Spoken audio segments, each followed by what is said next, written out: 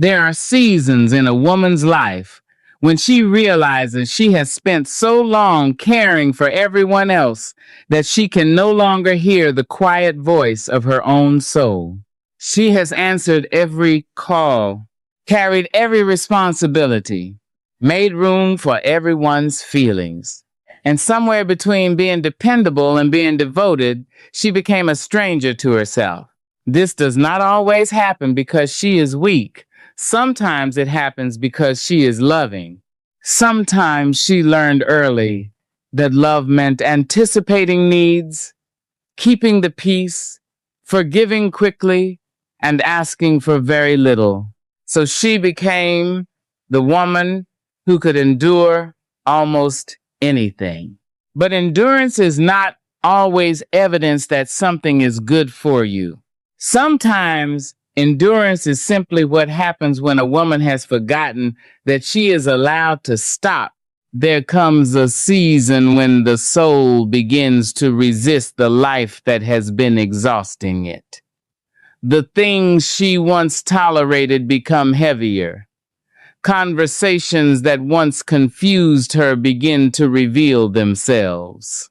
Relationships that survive only because she keeps carrying them become impossible to ignore. She may call this exhaustion. She may call it disappointment. She may even accuse herself of becoming distant or difficult. But perhaps she is not becoming difficult. Perhaps she is becoming honest. A woman often knows she needs restoration before she knows how to ask for it. She feels it in the way her body grows tense when a certain name appears on her phone. She feels it when silence from another person makes her question everything she said. She feels it when she lies awake, replaying conversations and searching for the moment she became less important. Emotional neglect teaches a woman to investigate herself constantly. Was I too sensitive? Did I ask for too much? Should I have been more patient? Did I speak at the wrong time? But a relationship that repeatedly makes you doubt your basic emotional needs is not teaching you love. It is teaching you to distrust yourself.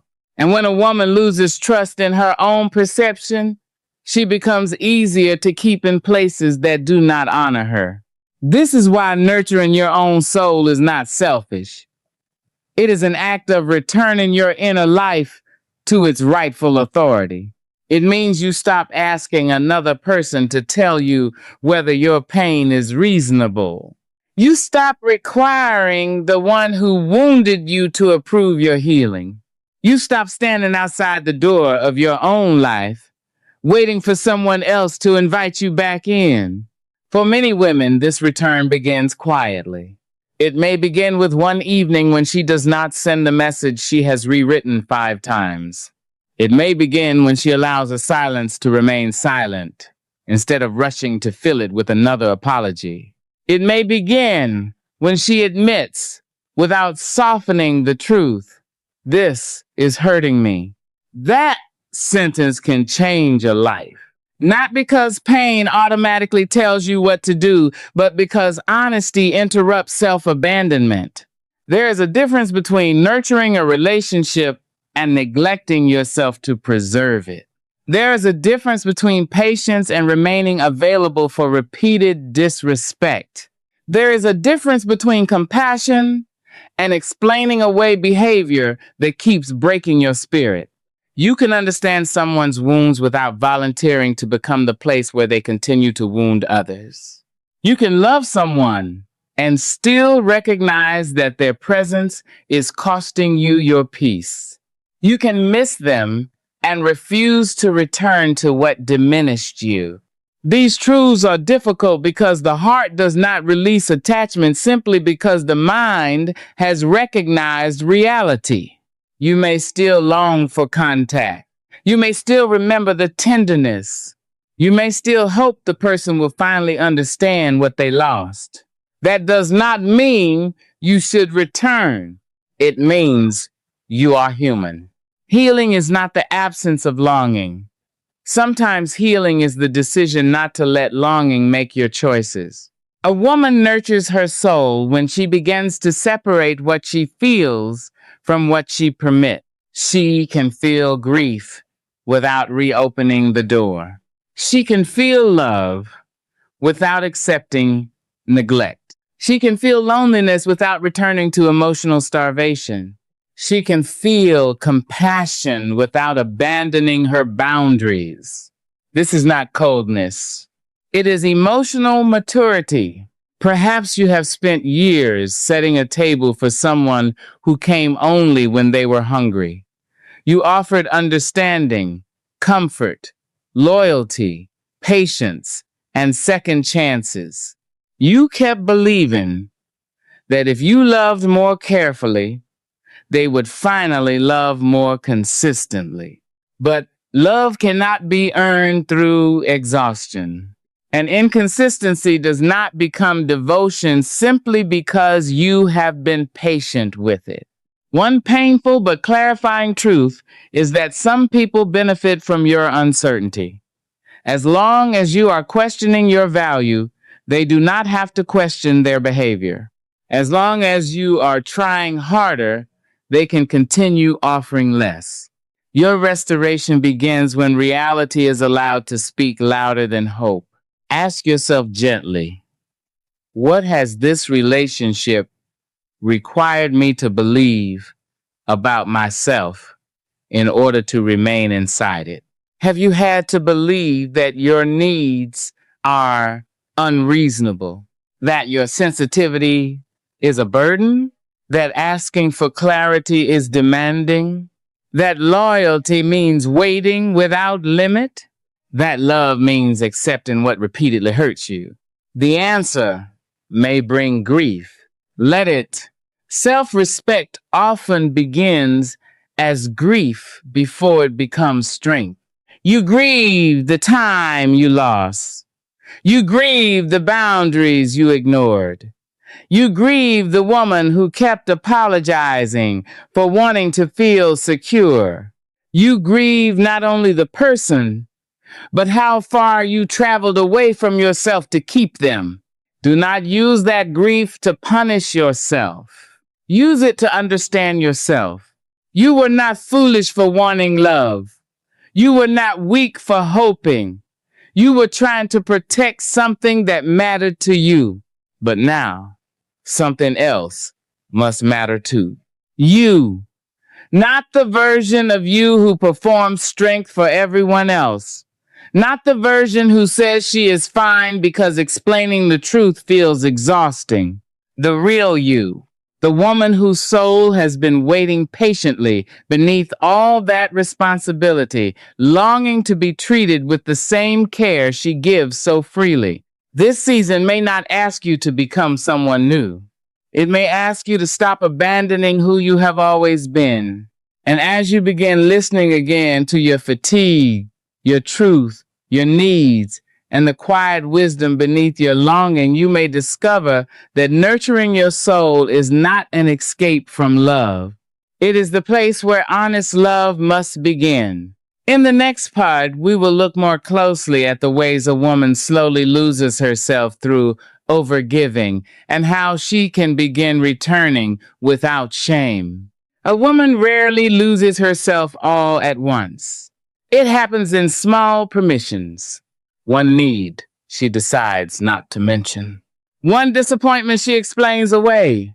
One boundary she moves because she is afraid the other person will leave.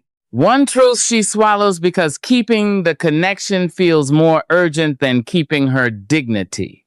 Over time, she becomes skilled at surviving what she should have been allowed to question. She may still appear capable.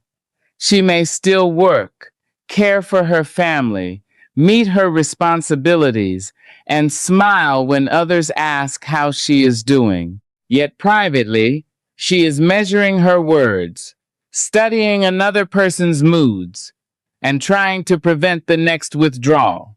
This is how overgiving becomes self-abandonment.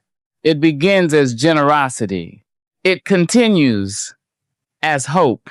Then, without warning, It becomes a way of proving that she is worthy of being kept. She gives more because she receives less. She becomes more understanding because the other person offers fewer explanations. She tries to become easier to love, believing that if she asks for less, complains less, and forgives more quickly, the relationship will finally feel secure. But love that requires you to disappear is not security. It is fear wearing the clothing of devotion. Many women have been praised for how much they can carry. They are called strong because they do not collapse, loyal because they remain, mature because they avoid conflict, patient because they keep waiting. But sometimes the qualities others celebrate are the very qualities being used against them. Her strength becomes permission to neglect her. Her loyalty becomes an excuse not to change. Her patience becomes a place where someone else hides from accountability. A woman must learn to ask a difficult question. Is my kindness being honored or merely consumed? There is a difference. When kindness is honored, it is met with care. It is not taken for granted. It does not require constant sacrifice from one person while the other enjoys the benefits. When kindness is consumed, a woman is appreciated mainly for what she provides. Her emotional labor is welcomed, but her emotional needs are treated as inconvenient. She is called upon when comfort is needed, but ignored when she needs reassurance. She is kept close enough to remain useful, but never close enough to feel secure. That kind of connection can become deeply addictive. The occasional tenderness creates hope. The sudden affection after distance feels meaningful. A kind message after days of silence feels like proof that the relationship still matters. But inconsistency does something dangerous to the heart. It teaches a woman to celebrate relief instead of requiring respect. She begins to mistake the end of pain for the presence of love. A return message feels like intimacy. An apology without change feels like progress. One peaceful evening feels like evidence that everything is healing. But peace that depends on your silence is not peace. An affection that appears only when you are pulling away is not always love. Sometimes it is simply an attempt to restore access. Nurturing your soul requires you to look beyond isolated moments and study the pattern. Not what was promised, not what happened on the best day, not who the person could become, the pattern. How do you feel most of the time? Safe or uncertain? Seen or managed? Respected or tolerated? Do you feel free to speak honestly? Or do you rehearse every sentence before saying it? Do disagreements lead to understanding? Or are you punished with distance, silence, blame, or emotional withdrawal? These questions are not meant to make you suspicious. They are meant to restore your ability to trust what you experience. Emotional neglect often damages self-trust before a woman realizes it. She knows something feels wrong, but she has been told so many times that she is overreacting that she begins arguing against her own pain. She becomes both the wounded person and the lawyer defending the one who wounded her. She presents evidence against herself. Perhaps they are busy. Perhaps they are afraid. Perhaps they had a difficult childhood. Perhaps she expected too much. Compassion may explain someone's behavior. It does not make the behavior harmless. You do not have to turn another person into a villain to admit that being close to them is hurting you. This is an important inner shift. Stop asking whether their reasons are understandable and begin asking whether the relationship is emotionally sustainable. Can your soul continue living this way? Can you keep questioning your place? Can you keep accepting affection that arrives without responsibility? Can you keep abandoning your own needs to preserve a bond that never gives you rest? Nurturing yourself may begin by creating a small space between your feelings and your actions. When anxiety rises, pause before reaching for the phone. When silence makes you want to apologize, ask what you believe you did wrong. When loneliness tells you to return, remember what made you leave. When nostalgia shows you the beautiful moments, gently place them beside the full truth. You do not have to deny what was good. You only have to stop using the good moments to excuse the pattern that harmed you. Write down what happened, not only how you hope it will end. Write down how often you felt dismissed. How many times you asked for the same basic consideration. How often promises were made after you reached your limit. How quickly the old behavior returned once the crisis passed. This is not bitterness. It is memory without manipulation. Longing has a way of editing the past. It removes the nights you cried and keeps the moments you were held. It forgets the confusion and remembers the chemistry. It softens the neglect and magnifies the tenderness. Your soul needs the whole story because healing cannot be built on selective memory. Perhaps you are ashamed of how much you accepted. Be gentle with that shame. You were responding from the tools, fears, hopes, and wounds you carried at the time. Maybe you believed love had to be earned. Maybe inconsistency felt familiar. Maybe being needed made you feel valuable. Understanding this does not excuse what happened. It frees you to stop repeating it. You cannot shame yourself into self-respect. You rebuild self-respect by making one honest decision after another, by saying no without writing a long defense, by allowing another person to misunderstand you rather than betraying yourself to remain understood, by noticing when your body feels peaceful instead of chasing what keeps it anxious, by refusing to treat confusion as romance. A woman nurtures her soul when she stops forcing herself to survive on emotional fragments.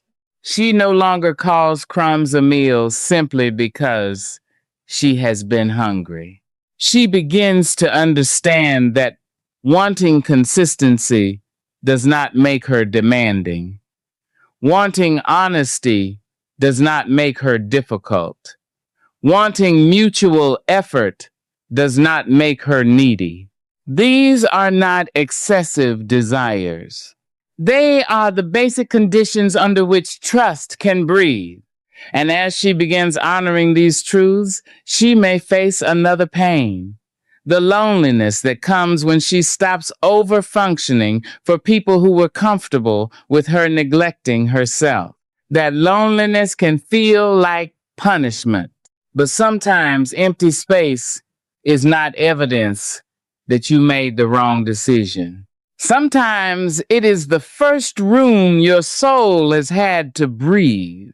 In the next part, we will enter that quiet room and explore how a woman can care for herself when she no longer has the distraction of trying to save someone else, fix a broken connection, or earn the love that should never have required her disappearance. When a woman stops chasing what has been withholding love from her, the first thing she may feel is not freedom. It may be emptiness. The phone is quieter. There are fewer conversations to analyze. No new message arrives to lift her hope or disturb her peace.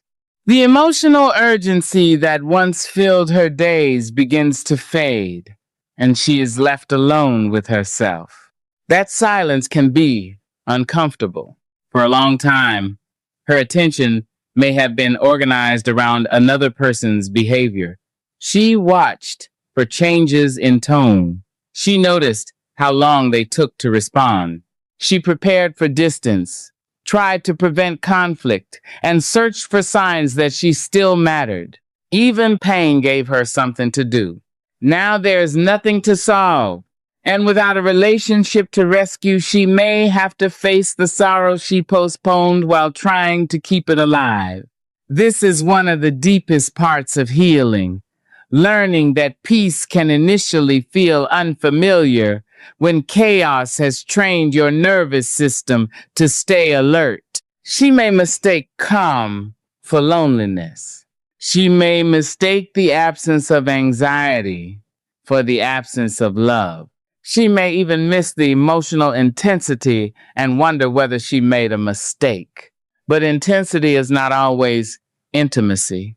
Sometimes what felt like passion was the cycle of fear, relief, hope, and disappointment. The heart was not resting in love. It was surviving uncertainty. A woman nurtures her soul when she stops confusing emotional activation with emotional connection. This requires patience.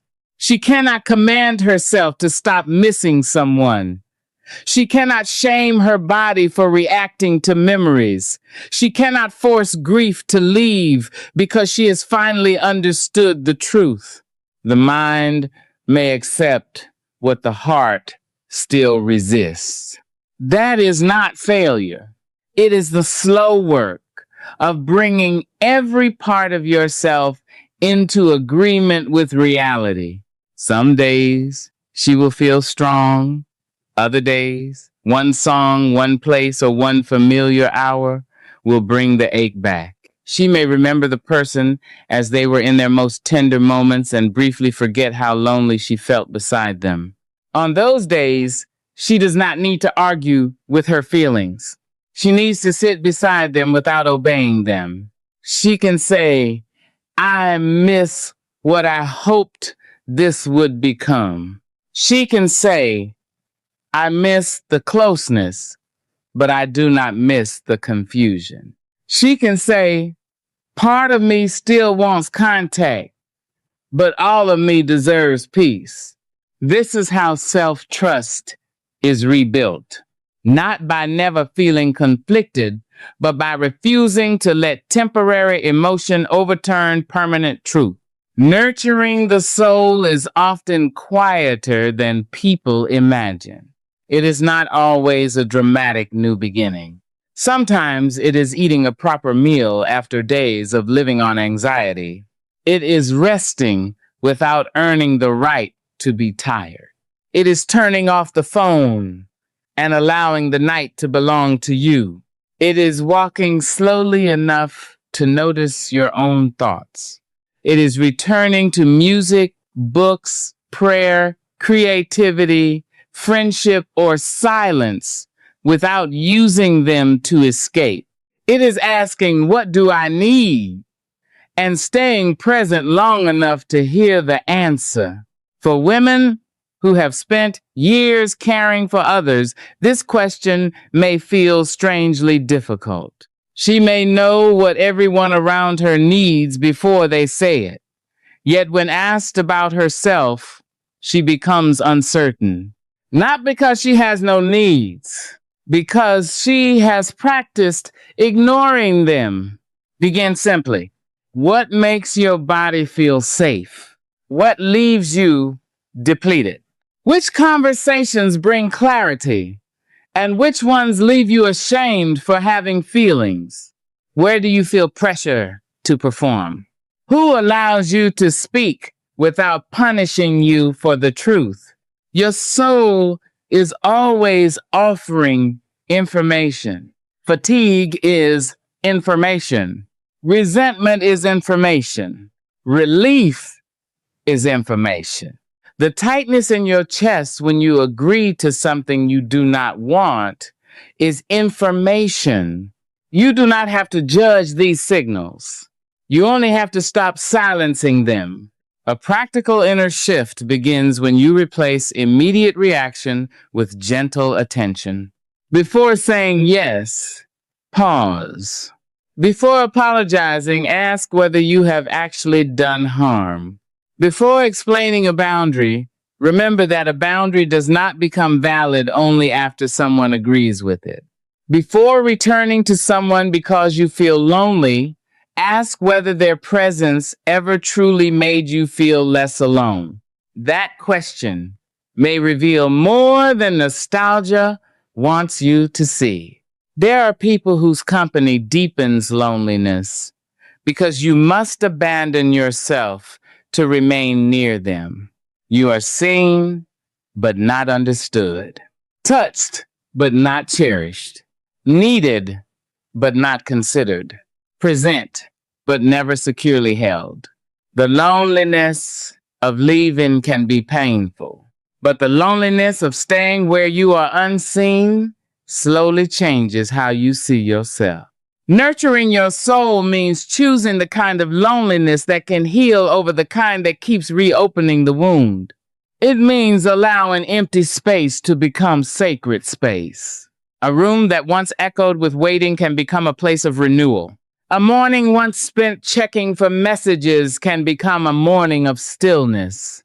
An evening once lost to overthinking can become an evening in which you return to your own company without fear. At first, this may feel ordinary.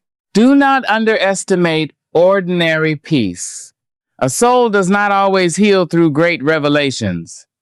Often, it heals through repeated evidence that life can be safe again. A kept promise to yourself. A boundary you do not abandon. A difficult evening you survive without reopening the old door. A moment when you notice that you are laughing without wondering whether someone else approves.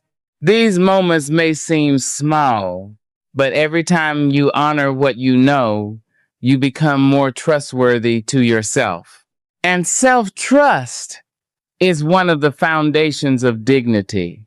You may have believed that dignity meant never breaking down, never missing them, or never admitting that you still care. It does not. Dignity means you no longer use your tenderness as a reason to betray your truth. You can cry and remain firm. You can grieve and still move forward. You can love what was beautiful without returning to what was destructive. You can forgive without restoring access. Your softness is not the problem. The problem was placing it where it had no protection. Now your softness must live beside discernment. Your compassion must live beside standard. Your open heart must have a door, and you must decide who is permitted to enter. This is not becoming hard. It is becoming responsible for the sacred parts of yourself. There are seasons when a woman must become the caretaker of her own inner life. Not because no one will ever love her. Not because she must live without connection. But because she can no longer ask another person to provide what she has repeatedly refused to give herself. Attention, honesty, patience, protection, and care. The soul grows stronger when it is no longer treated as the last responsibility of the day. And as she learns to nourish herself without guilt, another question begins to rise. What should she do with the anger, regret, and shame that remain? In the next part, we will face those emotions without allowing them to turn into bitterness and learn how a woman can forgive herself for the years she spent trying to earn what should have been freely given. There's an anger that arrives only after a woman becomes honest about how deeply she was hurt. It may not come while she is still trying to save the relationship.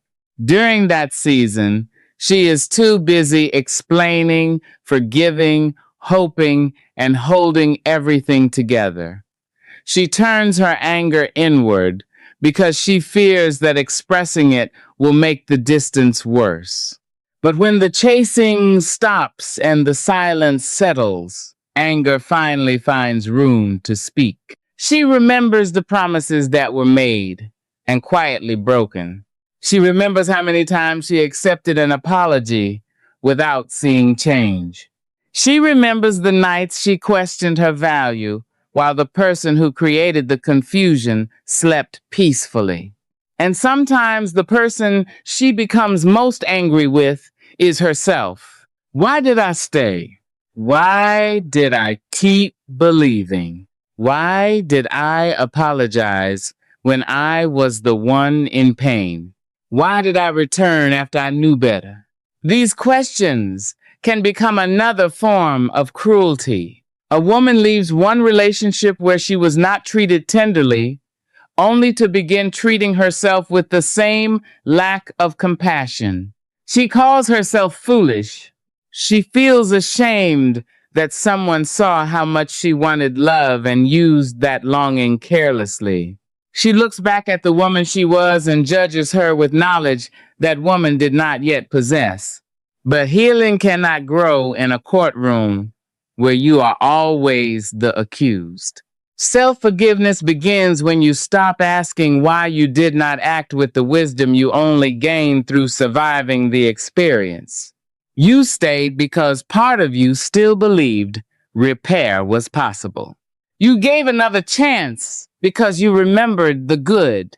You accepted explanations because you wanted them to be true. You returned because attachment does not disappear the moment respect is damaged. This does not mean every choice was healthy. It means your choices had a history. Perhaps you learned that love required endurance. Perhaps you watched women before you remain loyal through pain and call it strength. Perhaps you became accustomed to earning affection by being useful, quiet, forgiving, or emotionally available. Perhaps abandonment frightened you more than self-betrayal because abandonment was obvious, while losing yourself happened slowly. Understanding these things is not an excuse.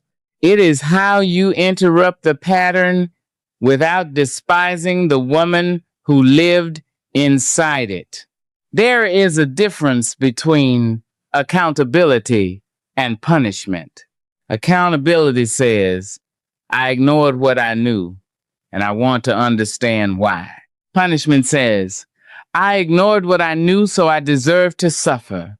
Accountability creates change.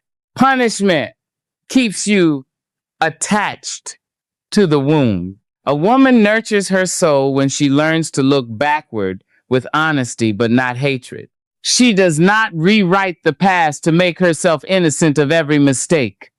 She admits where she abandoned her boundaries.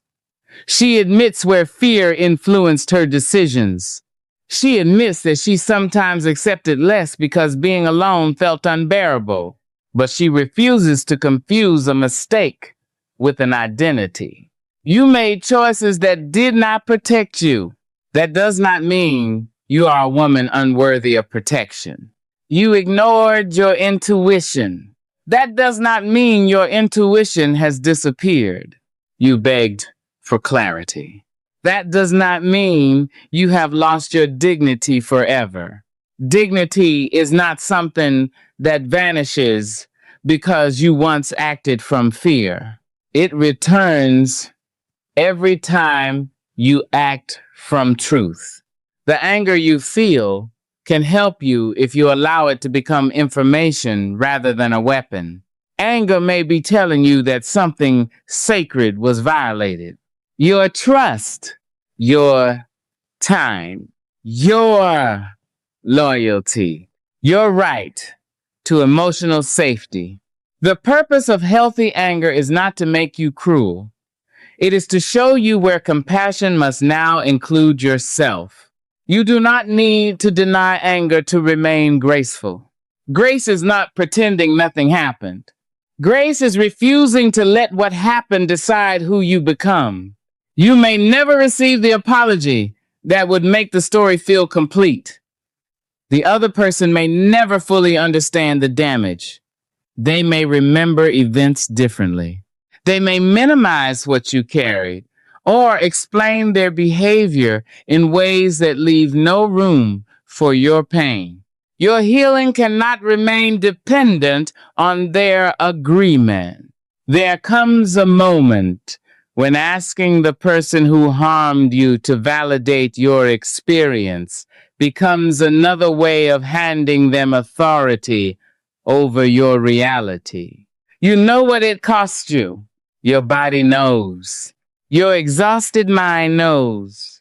The parts of you that became quieter, smaller, and more anxious know. You do not need a confession from someone else before you are permitted to believe yourself. A practical shift is to stop rehearsing the conversation in which they finally understand everything. Perhaps you have imagined the exact words you would say. You have pictured their face changing as they realize what they did. You have hoped they would admit that you were loving, patient, and worthy, and that they failed to honor what you offered.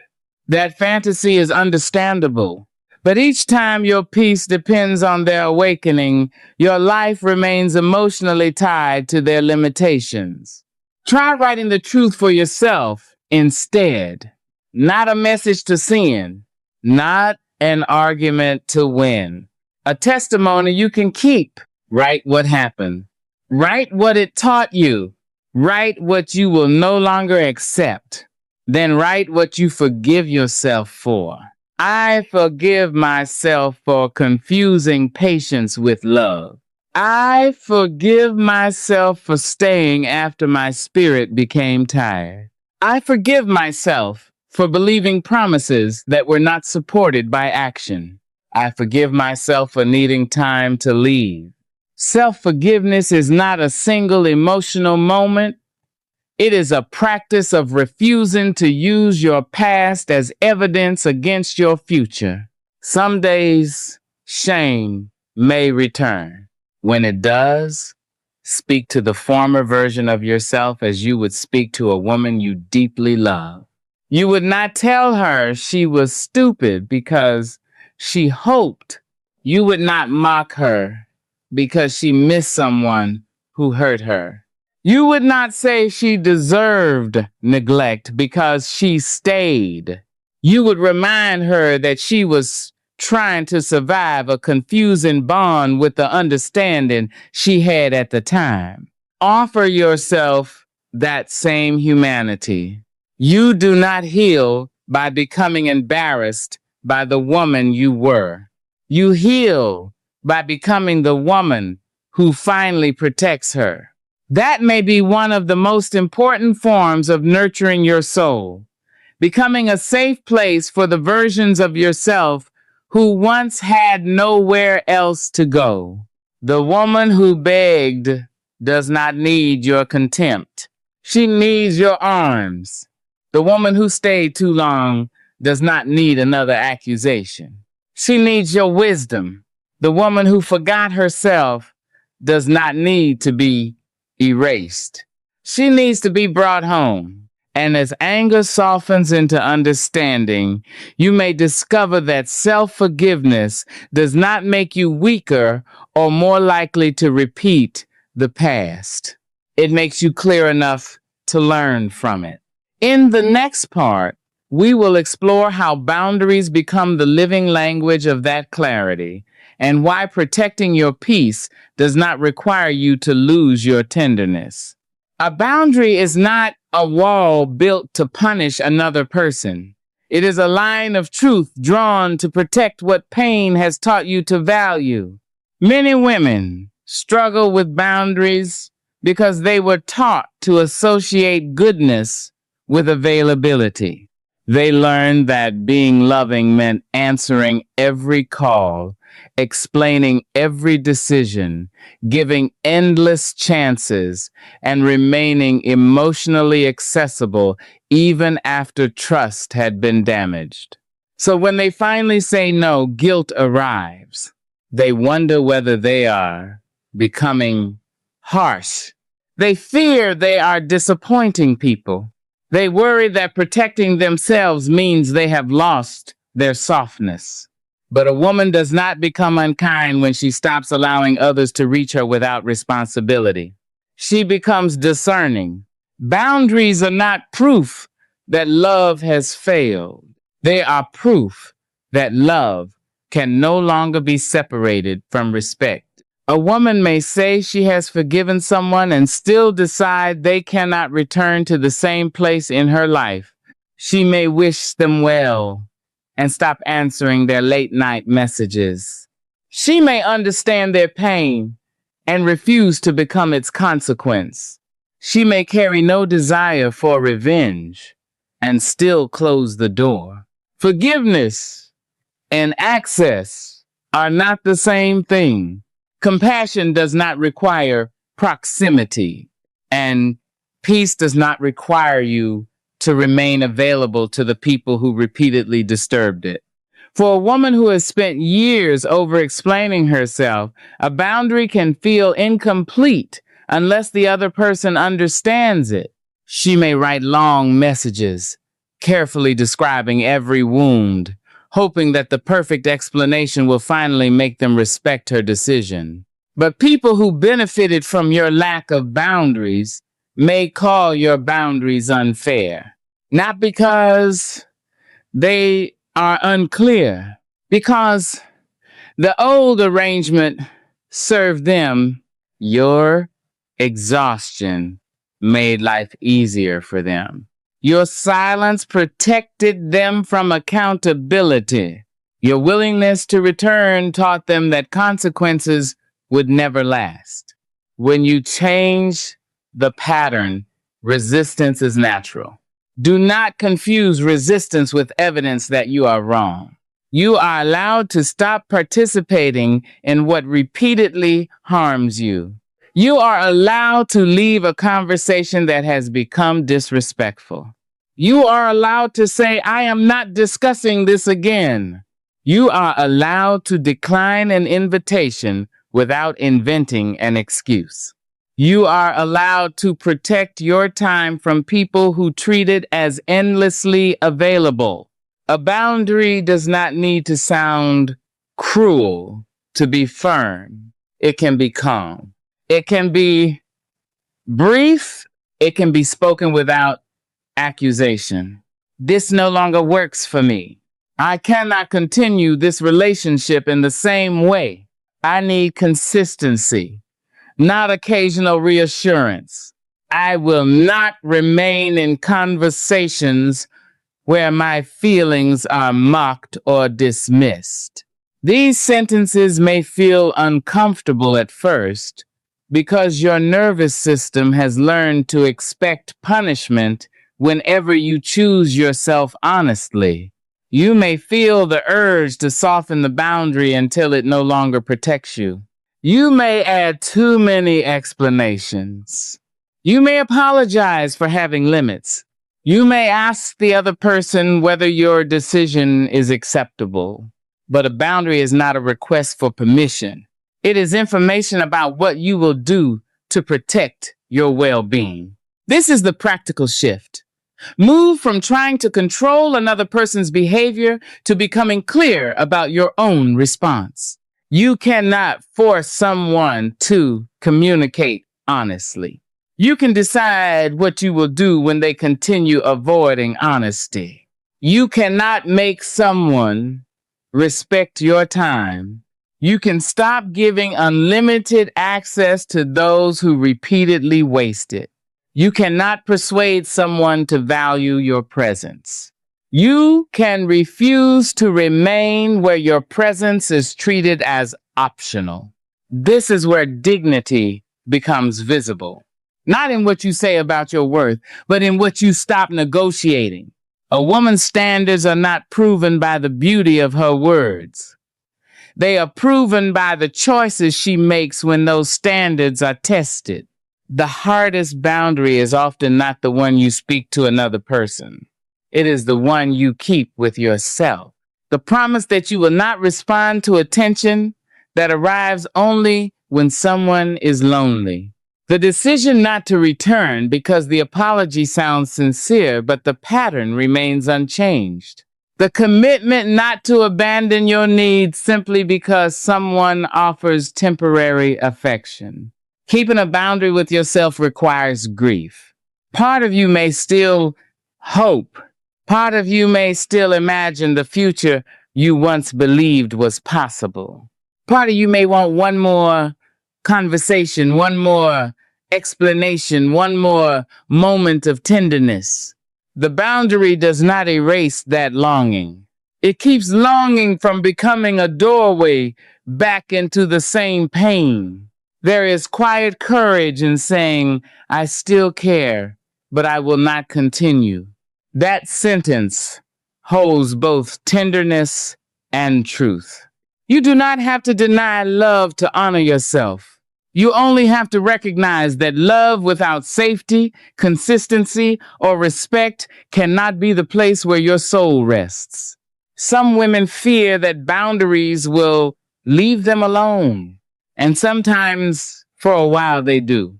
Certain relationships survive only because one woman keeps doing all the emotional work.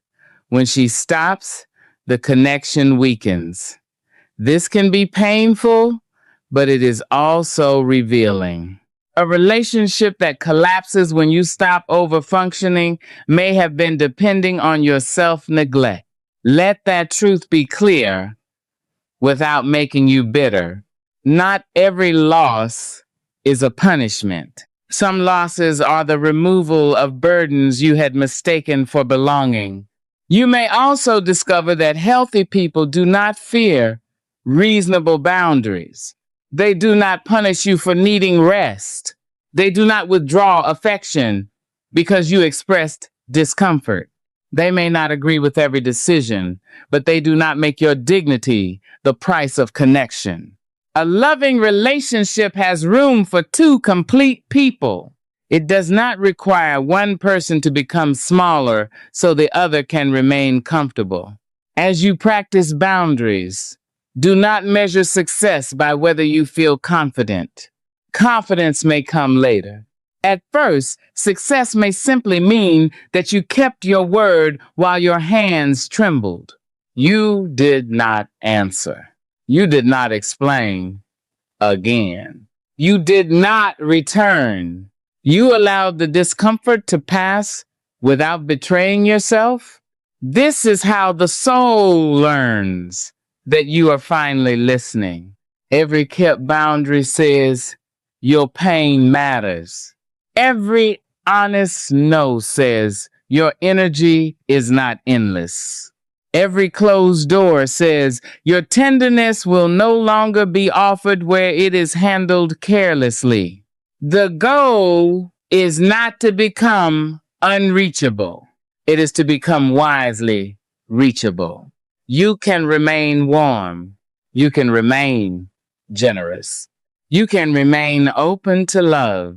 After years of being needed, a woman may not know who she is when no one is asking something from her. She has been the dependable one, the listener, the peacemaker, the woman who remembers birthdays, carries difficult conversations, notices what others avoid, and keeps moving even when her own heart is tired. These roles may have become so familiar that she mistakes them for identity. She knows what she provides, but she is no longer certain who she is beyond providing it. This confusion often deepens after rejection or abandonment. When someone leaves, withdraws, or chooses another path, she does not only grieve the relationship, she may also lose the version of herself that existed inside it. She was the partner who kept hoping, the woman who waited, the one who forgave, the one who believed the future would eventually justify the sacrifice. When that future disappears, she may feel as though part of her disappeared with it. But the end of a road is not the end of a woman. You were a whole person before someone needed you. You remain a whole person after someone fails to choose you. Their decision may change your circumstances. It does not define your substance. Rejection can make a woman view herself through another person's limitations. She begins examining her face, her age, her body, her personality, her history, and her needs as though one person's departure were an official judgment on everything she is. She asks what another woman had that she did not. She wonders whether she was too independent or too available, too emotional or too restrained, too much, or somehow never enough. But comparison asks the wrong question. Another person being chosen does not prove that you were lacking.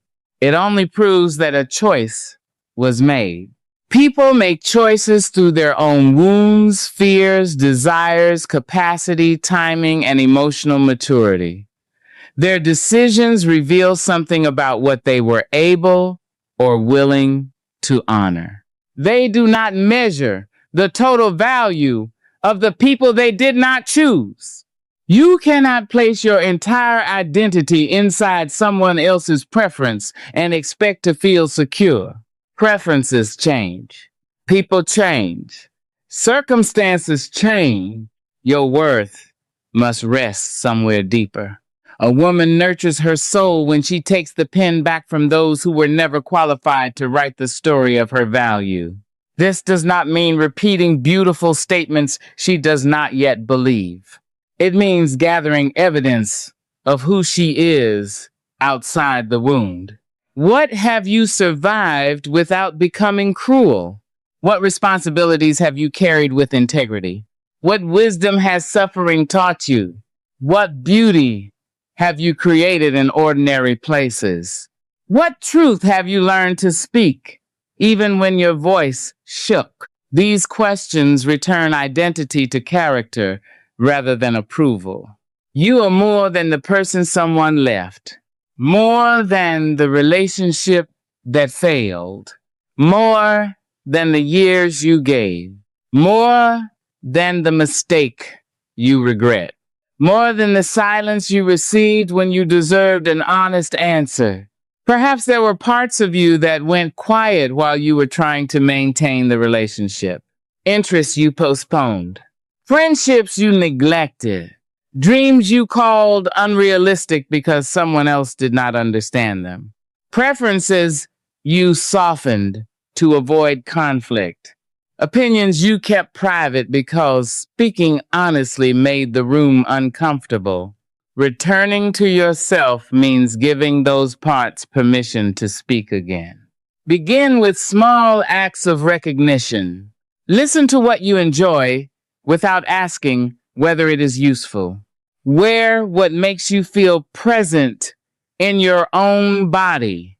Return to the book, the craft, the music, the place, or the dream you abandoned. Spend time with people who are curious about who you are, not only grateful for what you do. These choices may seem simple, but identity is often restored through ordinary freedom. You choose the meal you actually want.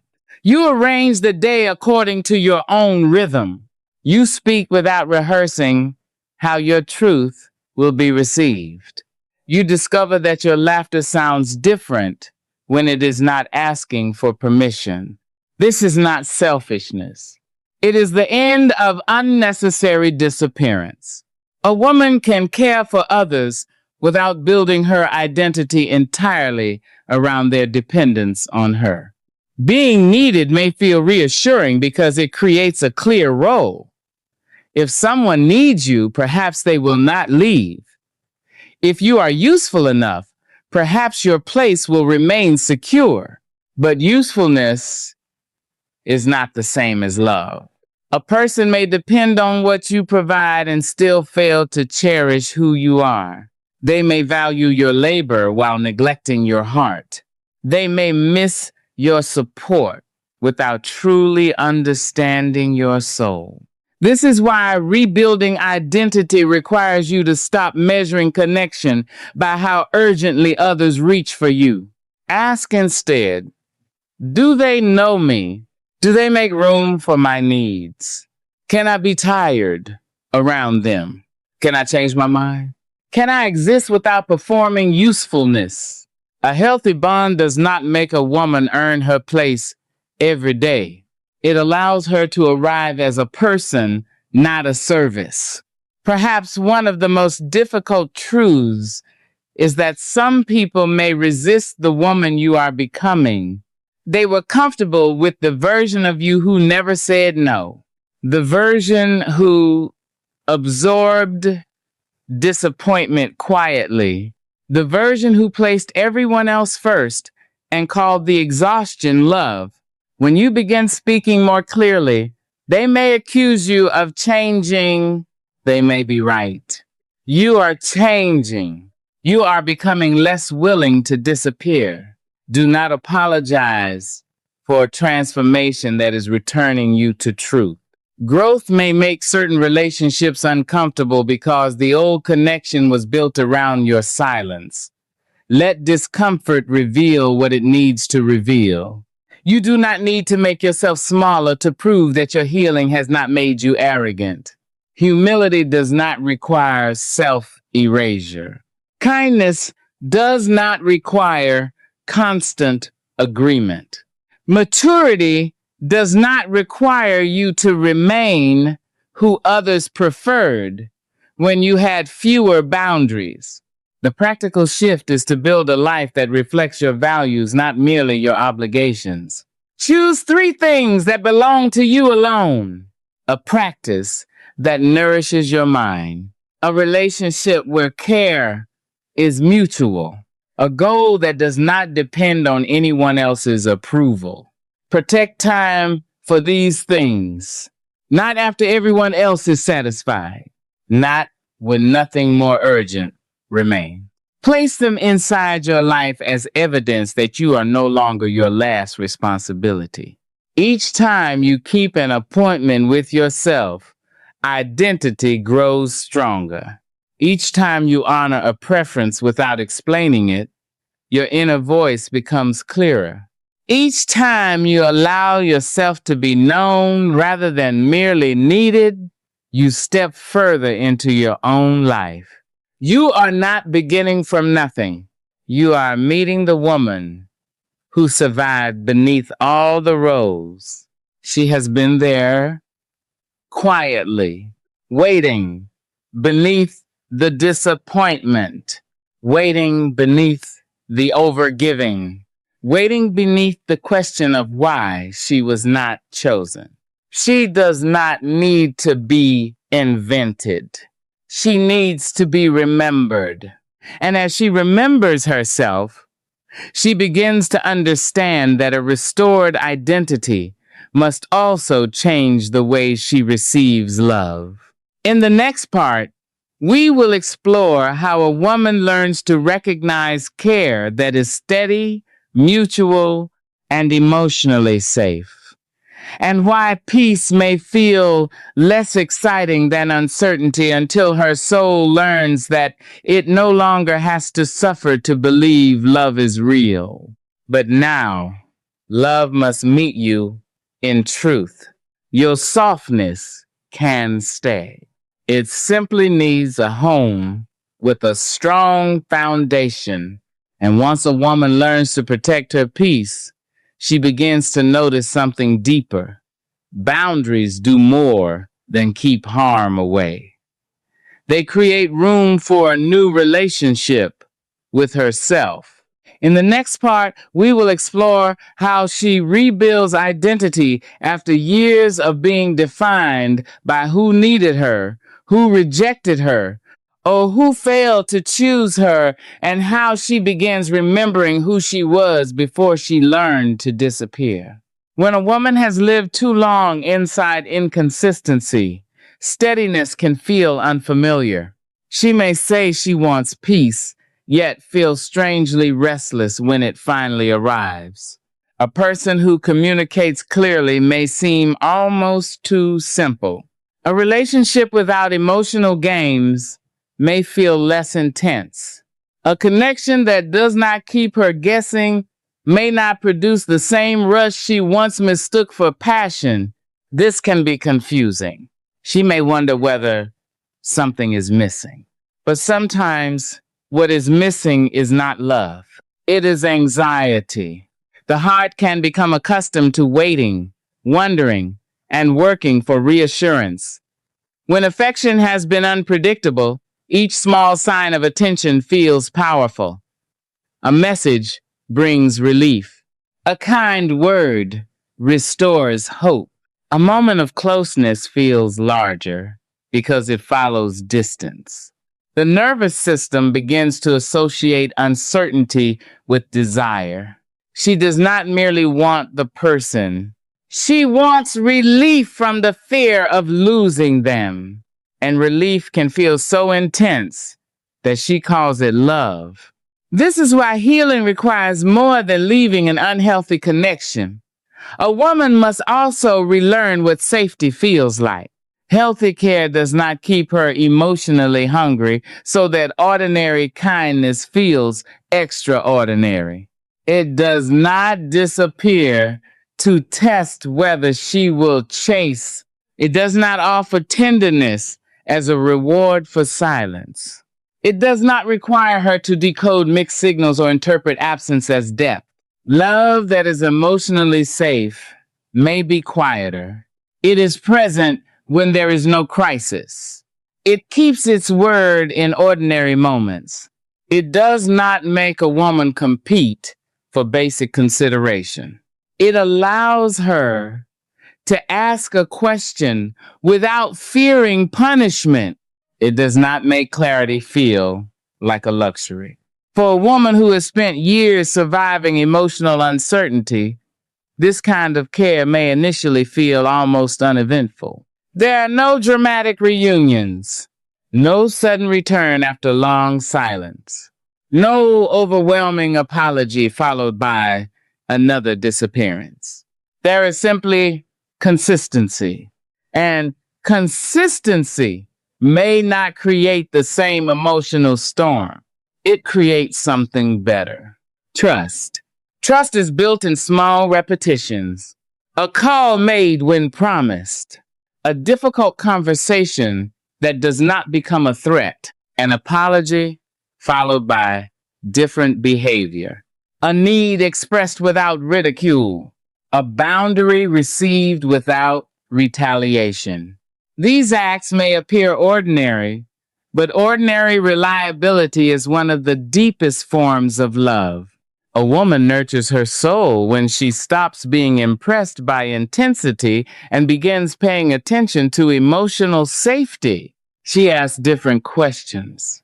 Not only do I feel chemistry, but can I remain myself here? Not only do they miss me, but do they respect me when I am present? Not only do they say they love me, but does their behavior allow my heart to rest? This is not an attempt to remove mystery or emotion from love. It is an attempt to stop using suffering as proof that a bond is meaningful. Pain can make a relationship feel important because so much energy has been invested in it. A woman may think, surely something this difficult must be profound, but difficulty does not always mean depth. Sometimes it means incompatibility. Sometimes it means emotional unavailability. Sometimes it means one person is giving devotion while the other is offering access without commitment. The amount you suffered for a connection does not determine its value. Nor does the amount you sacrificed prove that it was meant to last. One of the hardest truths is that effort cannot create mutuality where mutuality does not exist. You can communicate beautifully. You can remain patient. You can explain your needs with grace, but you cannot build a secure relationship alone. Mutual care requires two people willing to be honest, accountable, and emotionally present. A woman who has carried relationships by herself may struggle to let another person contribute. She is used to anticipating everything. She may overplan, overcommunicate, overhelp, and solve problems before anyone asks. This makes her feel useful. It also protects her from the vulnerability of receiving. Receiving can feel dangerous because it requires trust.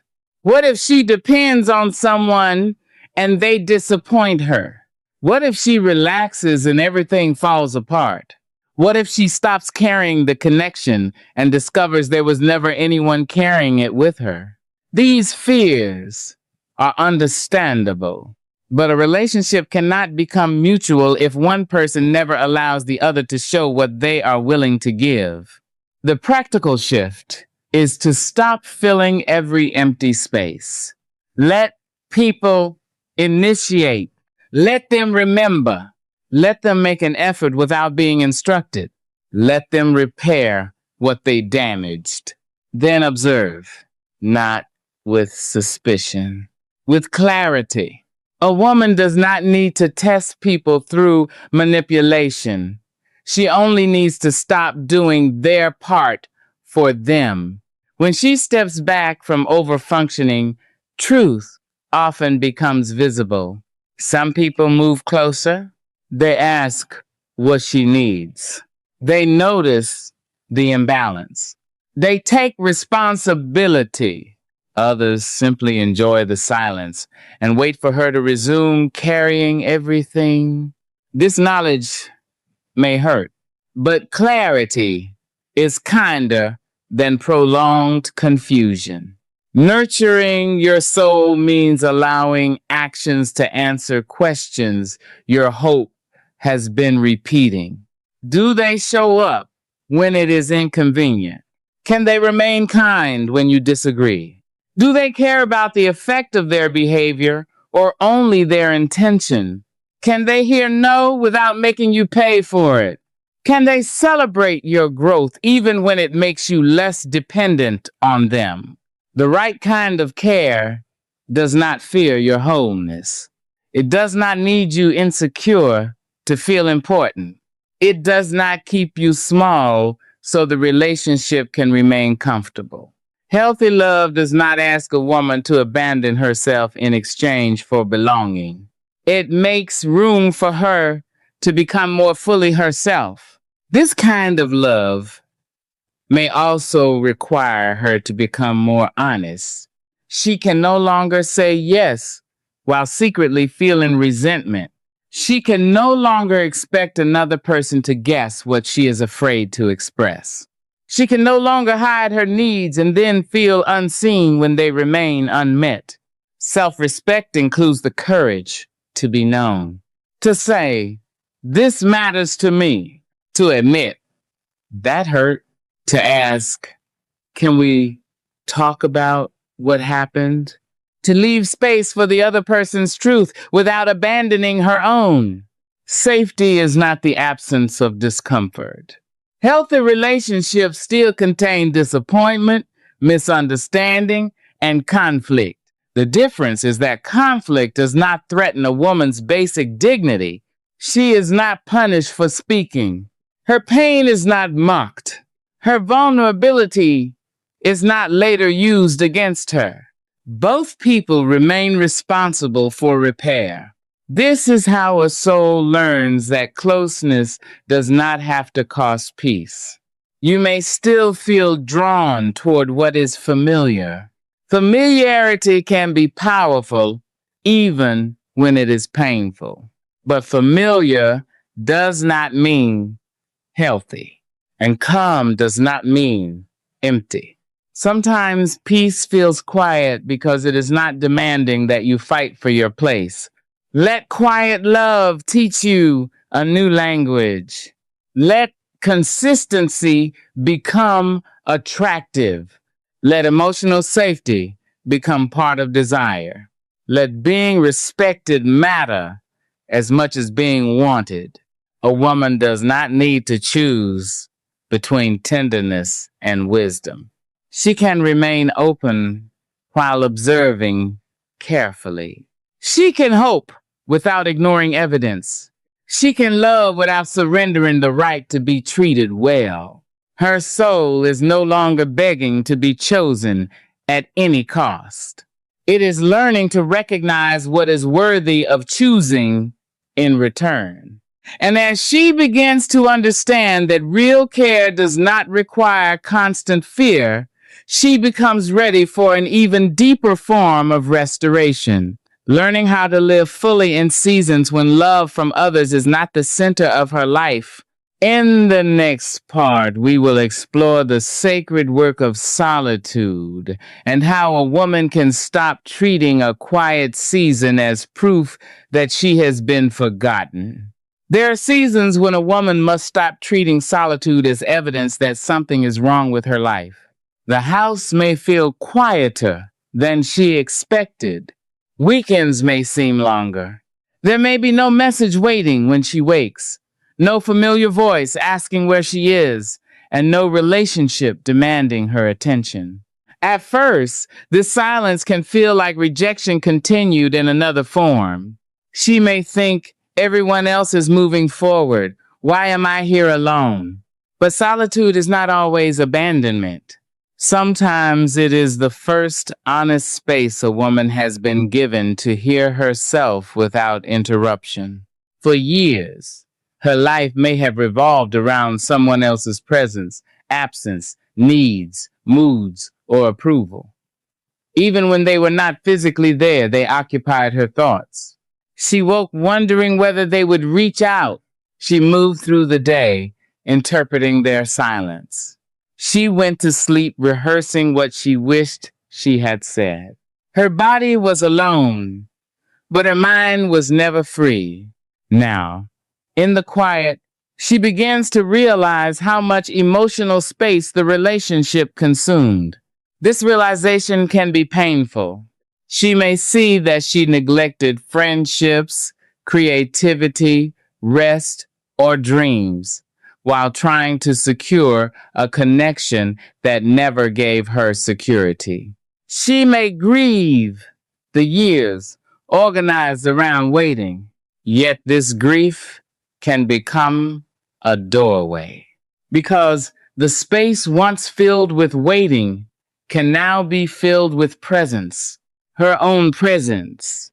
A woman nurtures her soul when she learns not merely to tolerate her own company, but to become trustworthy within it. This does not mean pretending she never feels lonely. Loneliness is human. There are evenings when she will miss being held.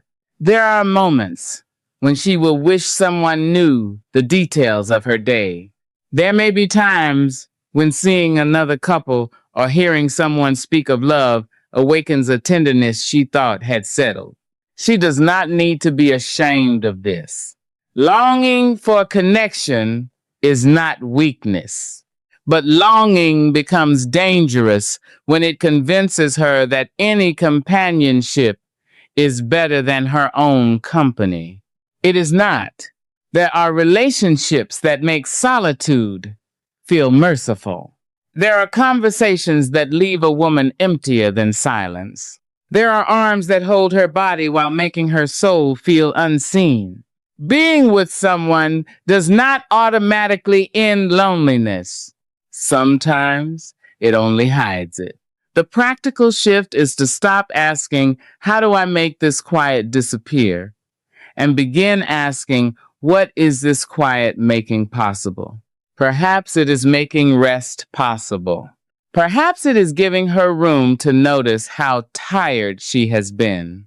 Perhaps it is returning time she once spent checking, explaining, anticipating, and recovering.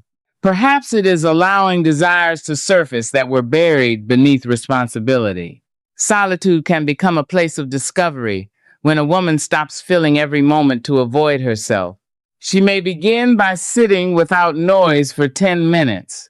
No phone, no message, no performance, just breath, thought, and honest attention.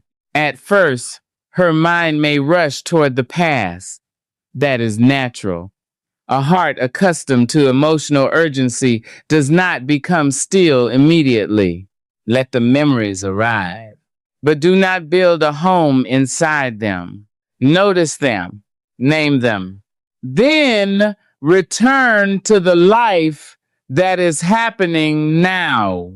The sunlight across the floor, the cup warming your hands, the sound of your own breathing, the ordinary evidence that you are still here. There is dignity in becoming present to a life you once overlooked while waiting for someone else to make it meaningful. Your life was not empty because they were absent. It was unattended. Now you are learning to attend to it. This may involve creating rituals that are not designed for productivity. A morning walk without measuring distance. A meal prepared with care even when no one else will see it. Flowers placed in a room because beauty does not need an audience. An evening spent reading, praying, writing, or listening to music without turning the moment into proof that you are healing correctly. Not everything meaningful must be witnessed. Some restoration grows best in private. Many women know how to care for a home. They clean, prepare, organize, and create warmth for guests. But when they are alone, they may treat themselves as though they are not enough of an occasion. Nurturing your soul means refusing to reserve tenderness only for company. Use the beautiful cup. Prepare the nourishing meal. Open the curtains. Rest before exhaustion becomes collapse. Do not wait for someone else to arrive before making your life feel inhabited. You are already here, and your presence deserves care. Solitude also reveals which connections were genuine. When you stop reaching first, who remembers you? When you are no longer performing strength, who makes room for your truth? Who can sit with you without needing you to entertain, rescue, advise, or provide? This is not about testing people. It is about noticing reciprocity. A healed life does not require dozens of relationships. It requires a few places where a woman can be present without proving her usefulness. Perhaps solitude will guide her back toward friendship, not as a distraction from romantic loss, but as a reminder that love has many forms. A friend who listens without judgment. A sister who recognizes the weariness behind her smile. A community where she is known beyond what happened to her. A conversation in which she laughs and realizes she has not mentioned the person she thought she would never stop thinking about. These moments matter. They show her that the heart can expand beyond one attachment. No single person should carry the entire meaning of a woman's life. Romantic love can be beautiful, but it is not the only place where belonging grows. Belonging can exist in friendship, purpose, family, creativity, service, faith, and the quiet companionship of one's own soul. A woman becomes freer when she stops placing the whole weight of her identity inside one relationship. There may still be days when solitude feels heavy. On those days, she should not romanticize isolation. She can call someone safe. She can leave the house. She can seek support. She can allow herself to be helped. Nurturing the soul does not mean withdrawing from everyone. It means becoming more careful about the difference between company and connection. Not every presence is nourishing. Not every silence is cruel. Sometimes silence is where truth stops competing with noise. Sometimes a quiet season is not life forgetting you. It is life returning you to yourself.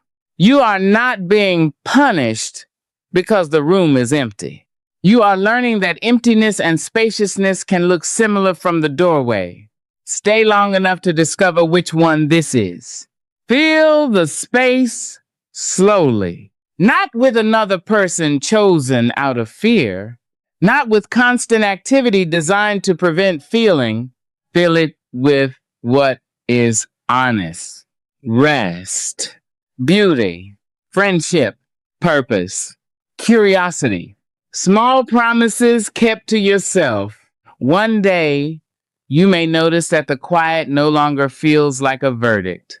It feels like peace. You will sit in your own life without waiting for someone to rescue you from it. And this may become one of the strongest truths you ever learn. A woman is not forgotten simply because no one is currently holding her hand. She is still held by the life within her. She is still becoming. She is still worthy of tenderness, attention, and care. And when love enters her life again, she will not ask it to save her from solitude. She will ask whether it knows how to meet the woman she discovered there. In the next part, we will explore how she releases the need for closure from those who hurt her, and how acceptance can free her even when no apology, explanation, or final conversation ever comes. One of the most difficult truths a woman must accept is that some endings will never be explained in a way that satisfies the heart. There may be no sincere apology, no final conversation in which everything becomes clear, no moment when the person who hurt her finally understands the weight of what they did. They may leave behind silence, unanswered questions, and a story that seems to end in the middle of a sentence. For a long time, she may call this lack of closure. She may believe she cannot move forward until she knows why. Why did they change? Why did they promise what they could not sustain? Why did they draw her close only to become distant? Why was honesty so difficult when she had offered so much patience? These questions are reasonable, but reasonable questions do not always receive truthful answers. Some people do not understand their own behavior. Others understand it, but do not possess the courage to take responsibility. Some protect themselves by minimizing what happened. Some offer explanations designed to end discomfort rather than reveal truth. A woman may wait years for clarity from someone committed to avoiding it. Meanwhile, her soul remains seated outside a closed door, hoping the person inside will finally come out and explain why she was left there. Closure cannot depend entirely on that door opening. Sometimes closure begins when she stops knocking.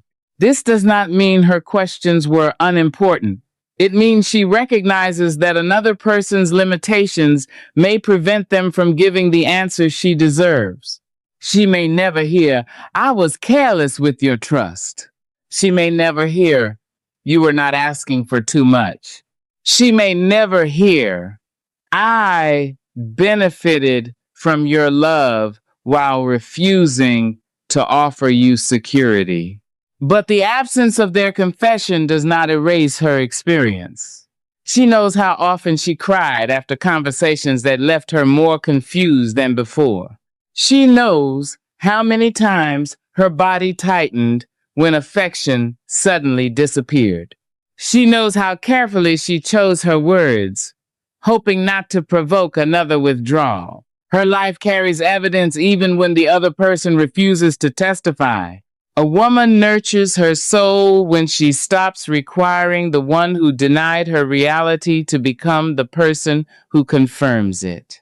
This is not easy. Part of her may still imagine the perfect final conversation. She sees herself speaking calmly and clearly. She imagines the other person finally listening without defensiveness. She hopes they will acknowledge her loyalty, her patience, and the harm their inconsistency caused. Perhaps they will regret losing her. Perhaps their remorse will prove that she mattered. But she mattered before their regret.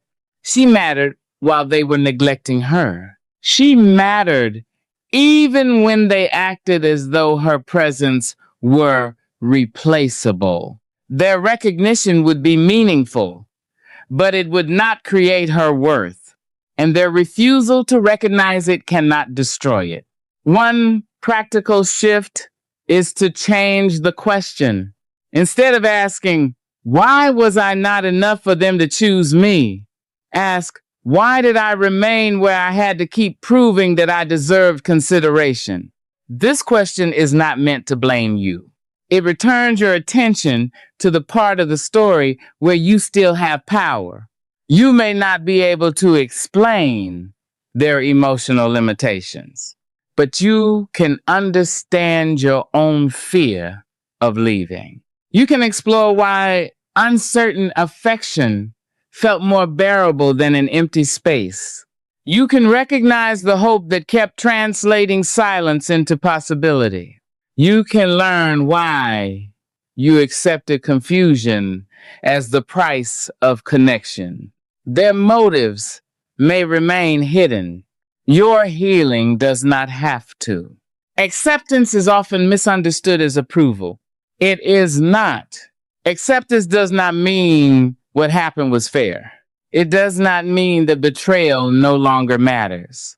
It does not mean you must forgive quickly, forget completely, or welcome the person back into your life. Acceptance means you stop arguing with the fact that it happened. You stop building your future around a different version of the past. You allow reality to become final, even when it is painful. They did not give what they promised. They were not consistent.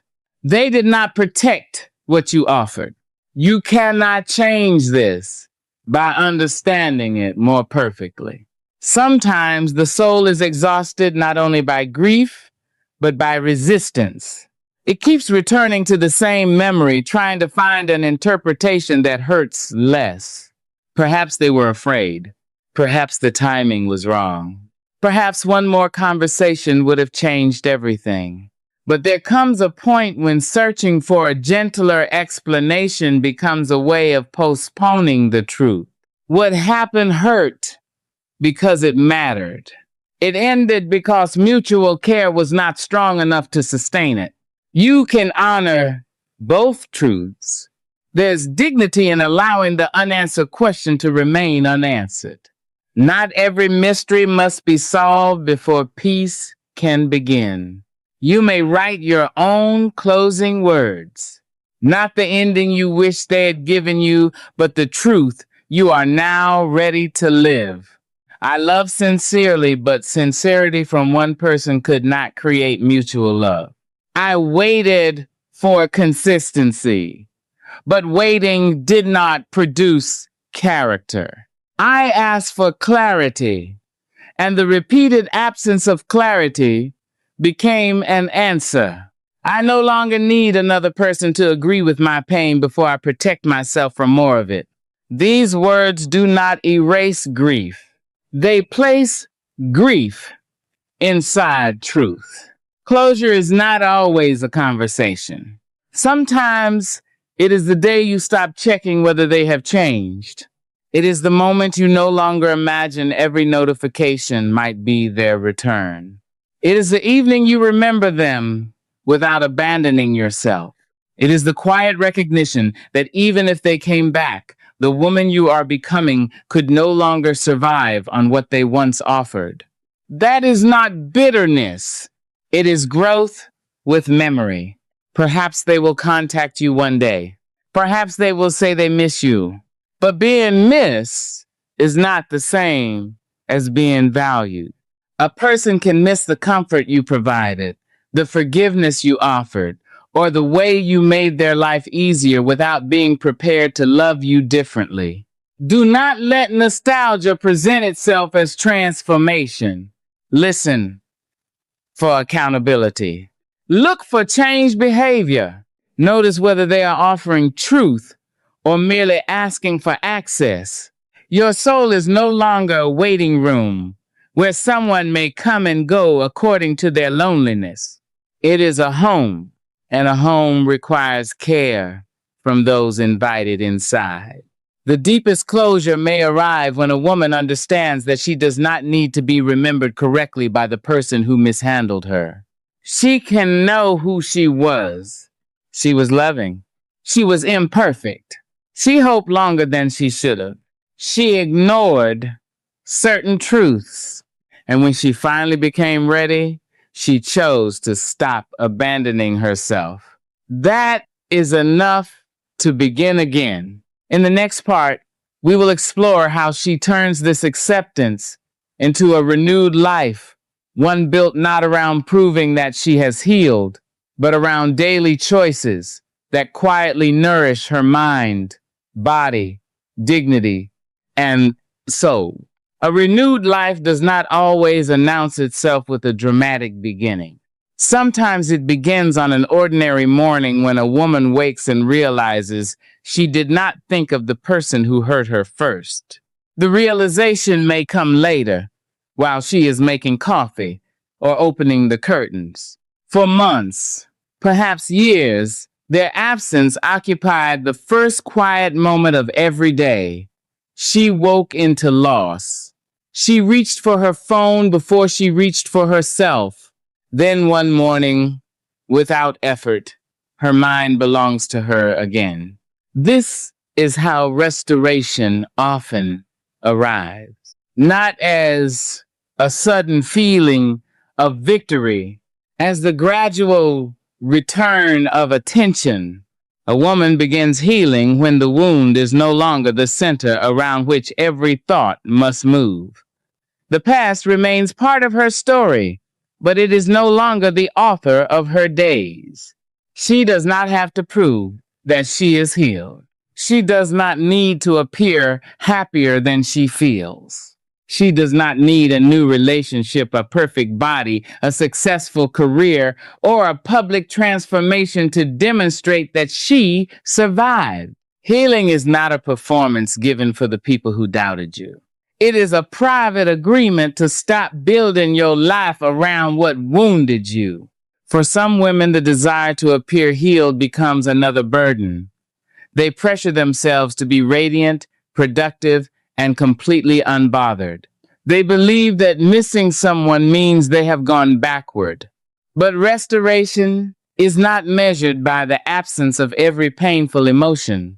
It is measured by the way you respond when those emotions return. Do you abandon your routines because sadness visited? Do you break your boundary because loneliness spoke loudly? Do you call yourself weak because grief still has a voice? Or can you say, this feeling is here, but it does not have authority over my life? That is strength without performance. A renewed life is built through daily acts of self-honor. It is created when a woman listens to her body before exhaustion becomes illness. When she notices that a conversation continually drains her and stops calling the damage normal. When she protects her sleep instead of giving the night to unanswered questions.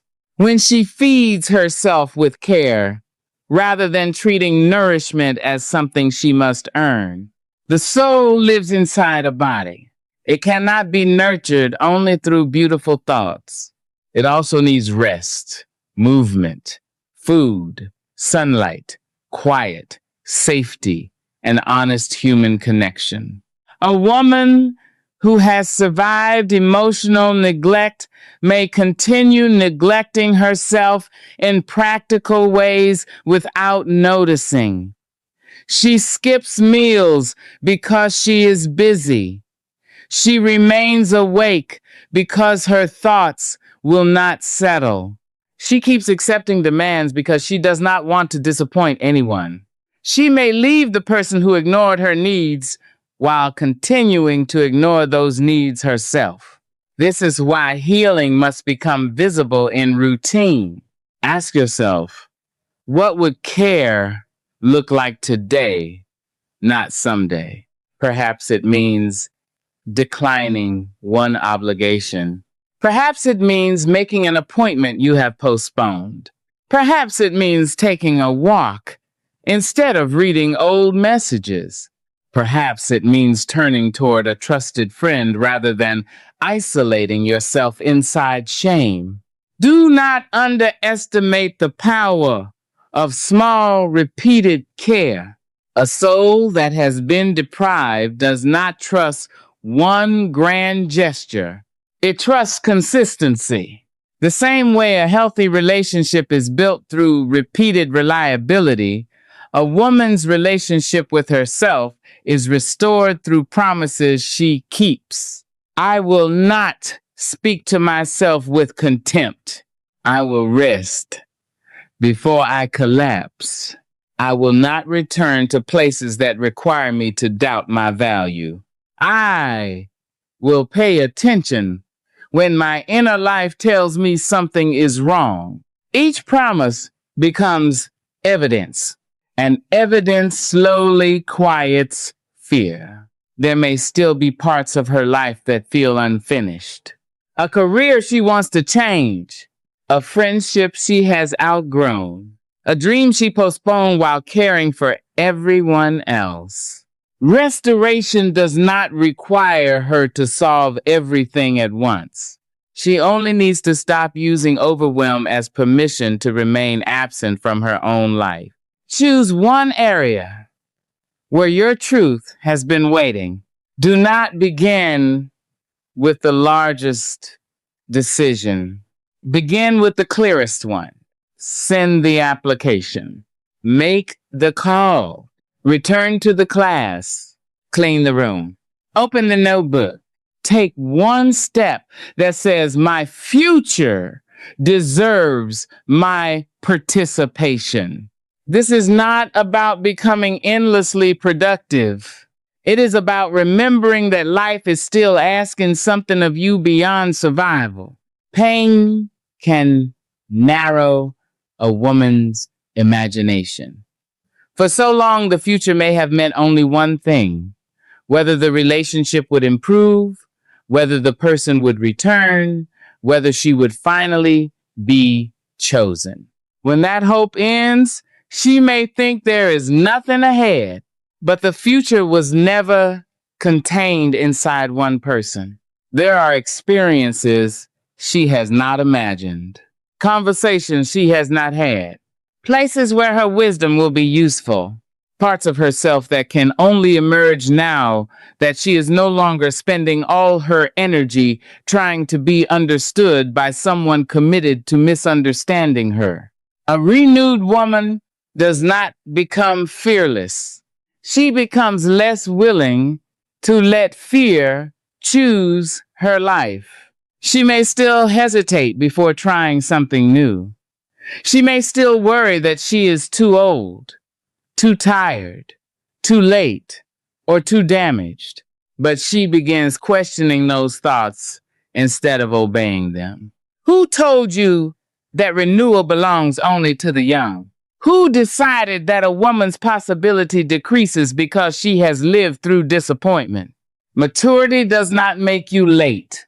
It gives you discernment. You now know the cost of ignoring your intuition. You know what empty promises sound like. You know the difference between attention and care.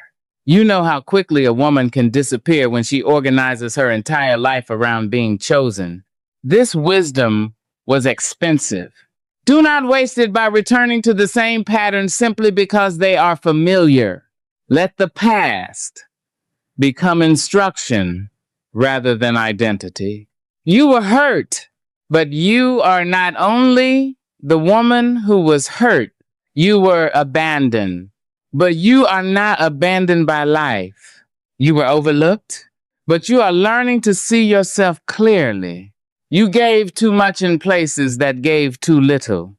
Now you are learning that generosity must include you. A renewed life may not look impressive from the outside. It may look like peace where chaos once lived, a quieter phone, a smaller circle, a slower morning, a clearer no, a deeper breath. These changes may not receive applause. They do not need it. The soul does not heal for an audience. It heals because a woman finally understands that her life is sacred even when no one is watching. There will come a day when she looks back and realizes that losing the relationship was not the only ending. The season of begging ended. The season of explaining ended. The season of carrying love alone ended. The season of asking another person to name her value ended. She did not become whole because someone returned. She became whole because she stopped leaving herself. And as this renewed life takes root, one final question remains. How does a woman continue forward without allowing the past to harden her heart? In the next part, we will explore the courage of remaining tender after betrayal and how she can carry wisdom without carrying fear into every new beginning. After betrayal, a woman may promise herself that no one will ever reach her deeply again. The promise may not be spoken aloud. It appears in the way she keeps conversations light, in how quickly she withdraws when affection begins to matter, in the quiet suspicion that rises whenever someone is kind. She tells herself she is protecting her peace. Sometimes she is. But sometimes she is protecting the wound from ever being touched even by something gentle. This is one of the hidden costs of betrayal. It does not only damage trust in another person, it can make a woman distrust her own ability to recognize love. She remembers how certain she once felt, how sincerely she believed the promises, how carefully she ignored the signs because she wanted the relationship to be real. Now she wonders whether her heart can be trusted at all. So she becomes watchful. She studies every word for contradiction. She searches tenderness for hidden motives. She prepares for disappointment before joy has been given a chance to arrive. This vigilance may feel like wisdom, but wisdom and fear do not speak in the same voice. Wisdom is clear. Fear is urgent. Wisdom notices patterns. Fear assumes every new person will repeat the old one. Wisdom allows time to reveal character. Fear demands certainty before connection has even begun. A woman nurtures her soul when she learns to protect herself without imprisoning herself. This does not mean becoming careless. It does not mean ignoring intuition, lowering standards, or offering immediate trust to people who have not earned it. Trust should not be given all at once. It should be built through evidence. But there is a difference between allowing trust to grow slowly and refusing to let it grow at all. The goal of healing is not to become impossible to hurt. That is not possible without becoming impossible to reach. The goal is to become so rooted in self-respect that even if disappointment comes, you will not abandon yourself to survive it. You will notice what is happening. You will speak. You will ask questions. You will leave when truth requires it. You will not spend years negotiating against what you know. This is the security betrayal could not take from you forever. Not certainty that no one will fail you. Certainty that you will no longer fail yourself to keep someone. A woman may believe that becoming softer again means forgetting what happened. It does not. Tenderness does not require amnesia. You can remember every lesson and still refuse to let pain become your permanent personality. You can remain discerning without assuming guilt. You can move carefully without treating every new connection as a trial. You can listen to your intuition without allowing anxiety to disguise itself as intuition. This distinction takes practice. Anxiety often speaks in catastrophic question. What if they leave? What if I miss the signs again? What if I become attached and lose myself? Intuition is usually quieter. It does not need to frighten you into obedience. It notices. It says, something here does not match. It says their actions are not supporting their words. It says, I do not feel safe enough to move closer. The practical inner shift is to stop demanding that yourself know everything immediately. You do not have to decide the entire future of a relationship in its first days. You can observe. You can allow time to do what longing once rushed.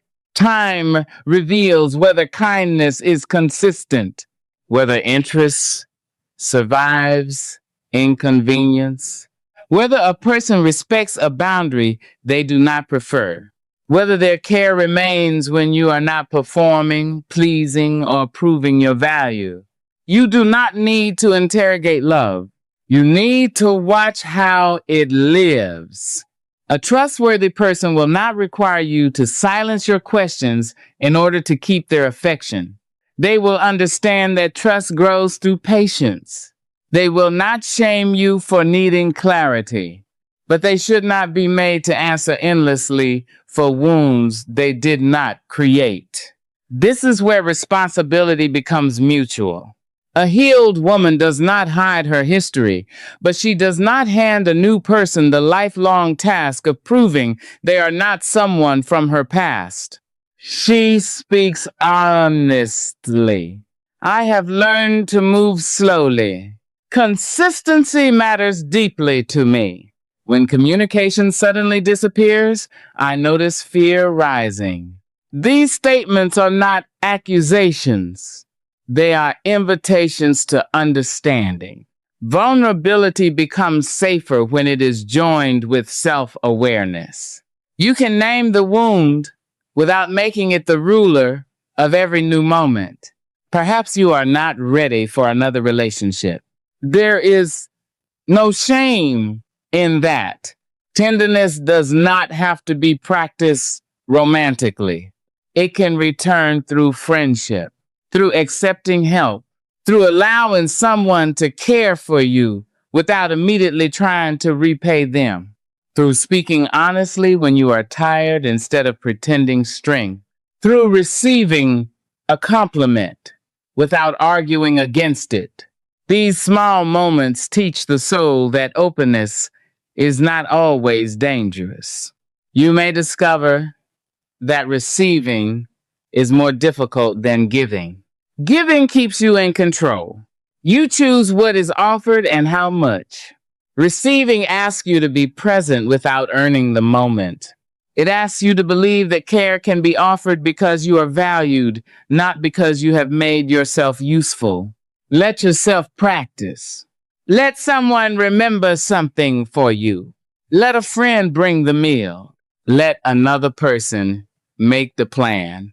Let them show concern without quickly changing the subject. You do not have to prove independence by refusing every form of support. Strength is not measured by how little you need. A woman can be capable and still deserve care. She can stand on her own feet and still allow a safe hand to meet hers. Remaining tender after betrayal is not weakness. It is one of the clearest signs that pain did not become your master. You did not allow another person's carelessness to decide that no one would ever meet your warmth again. But your tenderness has changed. It is no longer unguarded. It is no longer offered in exchange for acceptance. It no longer ignores patterns because chemistry feels powerful. It is tenderness with eyes open, softness with boundaries, hope with memory. You are not returning to the woman who trusted without question. You are becoming a woman who can trust herself while learning whether another person is trustworthy. That difference is everything. The past may still whisper that love is dangerous. Your life can answer more carefully. Love without truth is dangerous. Attachment without self-respect is dangerous. Hope without evidence is dangerous. But care that is mutual, honest, and consistent does not require your soul to live in fear. You are allowed to desire that kind of connection. And you are allowed to wait rather than accept its imitation. The heart does not need to become stone to be safe. It needs roots. Roots in truth. Roots in self-respect. Roots in the knowledge that being loved is beautiful, but being abandoned by yourself is no longer an acceptable price for it. As this wisdom settles, a woman begins to understand that nurturing her soul is not a temporary response to heartbreak. It is a lifelong way of living. In the next part, we will bring these truths together and explore how she continues caring for her soul through every season, not only when she is wounded, but also when she is peaceful, loved, growing, and becoming. There are seasons in life when a woman must nurture her own soul because she has finally understood that strength alone cannot sustain her. She may know how to endure. She may know how to keep moving while disappointed, smile while grieving, and fulfill responsibilities while her heart feels empty. But endurance is not nourishment. A woman can survive for years without feeling deeply alive. She can become so skilled at carrying pain that no one notices how long it has been since she felt rested, cherished, or at peace within herself. This is why caring for the soul must become more than something she does after heartbreak. It must become a way of life, not an emergency response, not a reward she gives herself after everyone else has been satisfied, not a temporary retreat before returning to the same habits that exhausted her. Her soul must become part of every decision she makes. When she considers a relationship, she asks whether it protects her dignity. When she accepts a responsibility, she asks whether she has the strength to carry it without abandoning herself.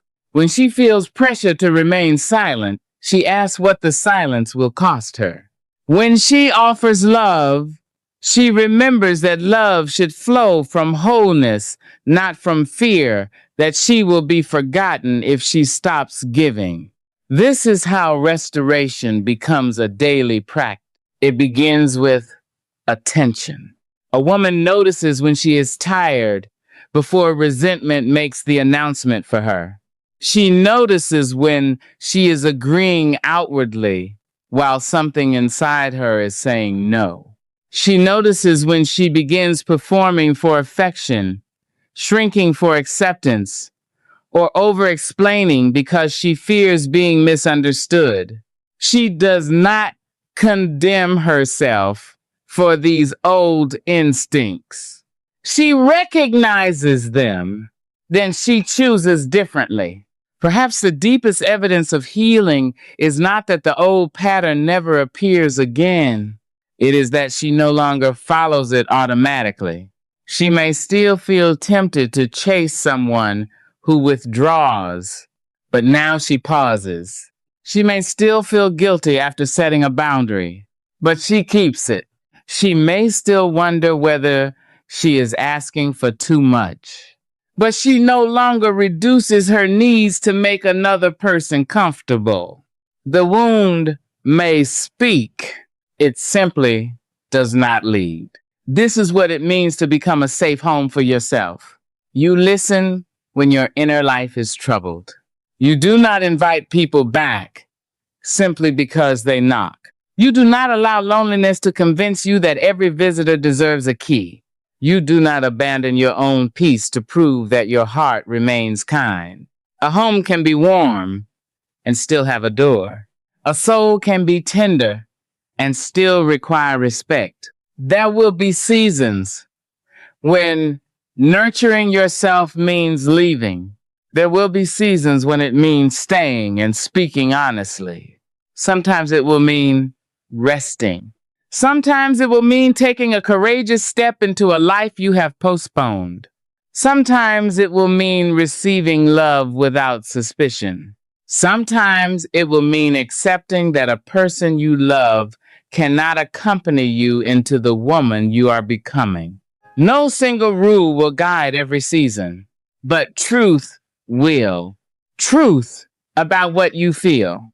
Truth about what you need. Truth about what another person is consistently showing you. Truth about whether your choices are rooted in dignity or fear.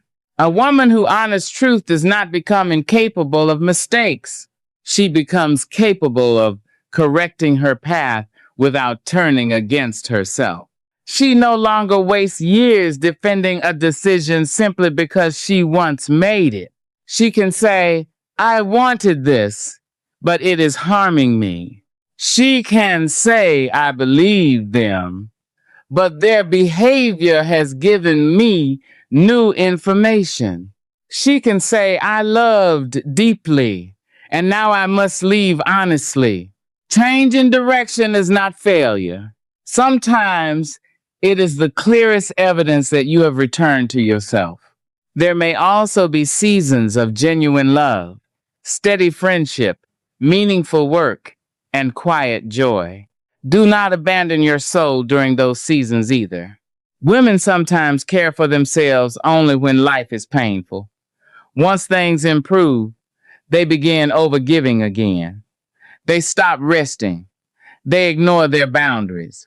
They pour all their attention into the person or opportunity that has arrived. But nourishment is not only medicine for suffering, it is protection for joy. Continue keeping time that belongs to you. Continue listening to the inner voice that helped you return. Continue maintaining the friendships, practices, and ordinary rituals that remind you who you are. A healthy relationship should become part of your life. It should not consume the life you rebuilt. You do not have to disappear inside happiness any more than you had to disappear inside pain. Perhaps you once believed that being chosen would finally make you feel valuable. Now you know something quieter and stronger. Another person may recognize your worth. They may celebrate it, protect it, and love you beautifully, but they do not create it.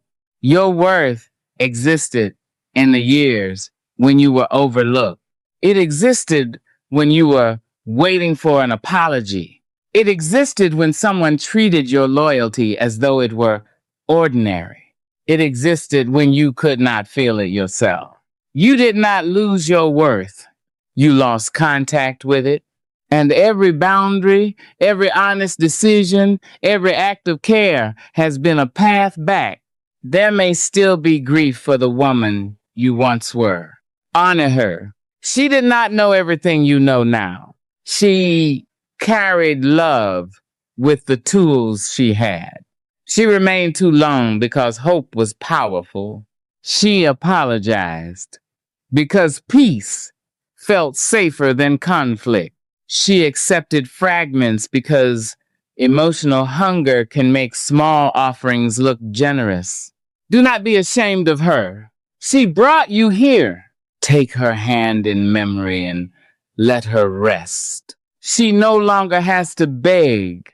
She no longer has to prove that she is worthy of care. She no longer has to stand outside the door of her own life. You have opened it. You have invited her home. And now, when another season asks more of you than you can give, remember this. You are allowed to pause before you disappear. You are allowed to protect what took years to restore. You are allowed to care for your soul before it begins crying through exhaustion, resentment, or pain. Nurturing yourself is not turning away from the world. It is meeting the world without abandoning the woman who must live inside your choices. Let your tenderness remain. Let your wisdom deepen. Let your standards become clear. Let your life be shaped not by the fear of being left, but by the promise that you will remain present for yourself. There are seasons when a woman must nurture her own soul. And perhaps the most beautiful season begins when she realizes she never has to stop.